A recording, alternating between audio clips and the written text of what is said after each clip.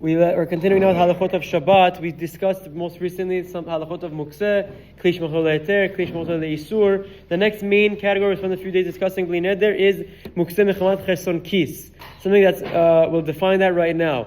Kelim Yekar Erech, different types of kelim, utensils that are valuable, inherently valuable or expensive. And also the next point that Rav Avadia makes clear is Shemelachtan Le'isur. All these kelim that fall into this category of Mechamat Chesron Kis are valuable. They need to be valuable and also something that is a melachtam le'isu, that their mundane purpose when you work with them during the week is for a melacha that's prohibited on Shabbat. Kegon sakin shel shechita. For example, the most classic example we always give when it comes to this type of muktze is a shechita knife. A shechita knife you don't use to cut to meat in your kitchen. You don't put that on your table to cut the food you're eating with.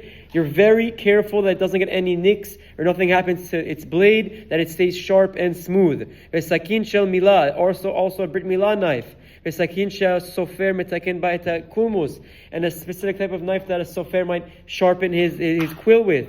These types of things, yesh alehem Torat Muktzeh Mechamat Chesron Kis. They're all what we call Muktze Mechamat Chesron Kis.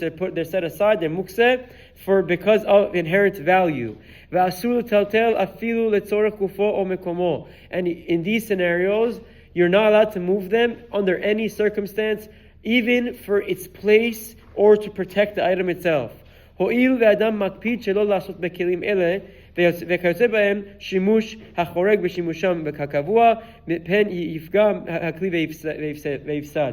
Because your people are generally careful and meticulous not to use their expensive kelim, that shechita knife or the like, to move or for other mundane types of activities. Therefore, you're not allowed to move it at all for its place or for tzarech mekomo. This is unlike the klish machol le'isur, the classic hammer that we said. A hammer is a muktze. It's used for hammering in nails. I can't play with it on Shabbat unless it's sitting on the table and I need its place, or I want to use it to break open walnuts. Both of those things are mutar to move. We explained that earlier. That doesn't apply to a shechita knife and the like. Now, we'll wrap up with this. It's it comes up often with this scenario. What about a sakin Mila, a Mila knife, a knife that the Moel uses for the Brit Mila, right after he does the Brit Mila? So it happens on Shabbat and every now and then.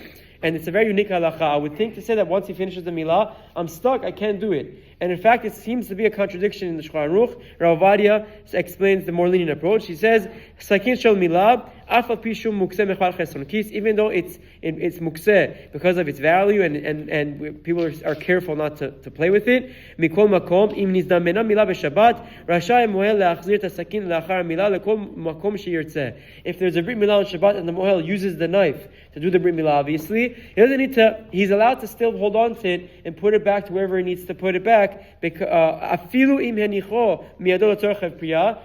if the moel put the knife down to finish the Brit Milah, he can still pick it back up and put it back in its place. That's the minhag, to be lenient. The